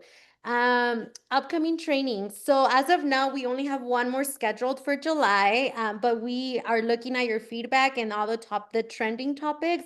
A lot of it was like classroom management, multilingual students, just all the things. So we give you a little bit of a preview of those things here right now. But this one that we have scheduled for July 2nd is more, it will be beneficial for anyone can join, but we are also looking at the feedback, and a lot of new teachers are asking for how to even get started. So we decided to call it First Week, Best Week, and the goal is that we are going to let you walk away with your first week of school planned out, like fully planned out, procedures, routines, slide decks, everything, because we are going to help you. And it's very different than today because we're going to give you work time so you can actually have a template and your slide deck planned out for the first week. So that is what this is. If you've been teaching for 30 years and you're like, you know what, I have my first week already done, you can still come and help. You can come and help teachers plan out their routines and their week. So you are still invited. We only know so much. So if you want to be part of this, please register, whether you want to be a helper or, attend. And please share this with other teachers. We're going to be posting on TikTok, but we wanted to reach as many teachers as possible. This will be July 2nd, and I think we decided for 10 a.m. as well. It will be like about 2 hours. But again, there's going to be teaching and planning. We are all elementary teachers, all three of us, but if you're a high school teacher or middle school and you still want to come, we can still help you. I'll do my best to get someone to be here to support you. I can invite some higher grade educators to support. So register here and we'll be sharing. So repost our videos, whatever it is, so that more teachers can access. Are there any questions about this?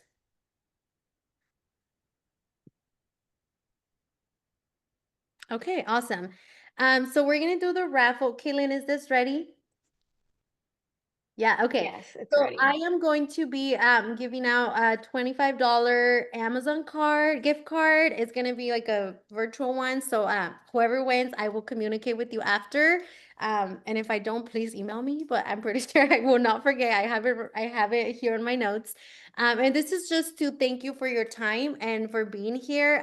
Again, this was something that we're passionate about, and hopefully this can help you buy a little something for your classroom or for yourself, whatever it is.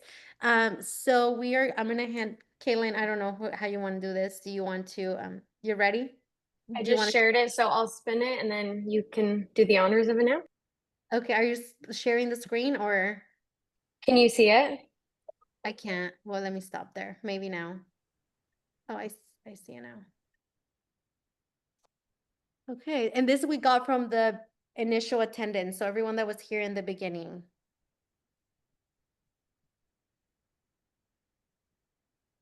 Yay, Robert, are you still here? Yes, I am. Yay, yay, thank you so much for and I think this is going to be, is it your first year? It is. Yay, so we're so excited. I hope that, this can help. Do I have your email? I'll send it to you again through the chat. Okay, please put it in the chat just to make sure that I have it, because it's probably in that spreadsheet with tons of emails, and that way we can send that over to you. Thank you so much. Yeah, thank you. Let's see. The last thing here is connect with us. Like some of you are saying you're already sharing. The goal is that this becomes a community, you guys, like a network. That website is the beginning of it. We're gonna have more of these trainings. If you liked what you saw today, we have a lot more things that we can teach about. Jamie is moving to a new department. She knows all these things like UDL, ELD, everything. So we are happy to share that with you. And if it doesn't fit your needs, you can share with someone else. So stay connected. And thank you. I don't know oh, Jamie was just editing. My email is here. This is the email that I created for this specific, these trainings. So if you want to help or be part of this, please email me, complete the survey, and you are all free to go. But also if you want to stay and chat about anything, you are welcome to stay. And thank you so much for joining us today. We are so happy that you made it and can't wait to see you in our next training.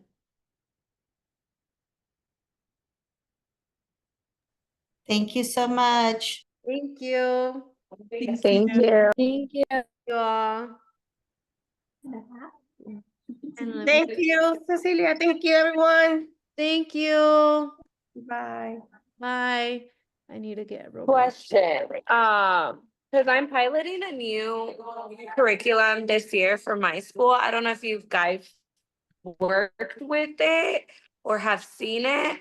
Because I just want to get like a gist of what it actually like another side, another perspective of a teacher.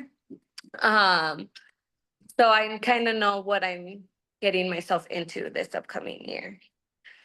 And it's called, I believe, Tools of Mind for transitional kindergarten but I know kindergarten does it as well. I don't know if you guys. I personally haven't heard of it. I know I'm not familiar with the curriculum itself. But what exactly are you looking for? If like what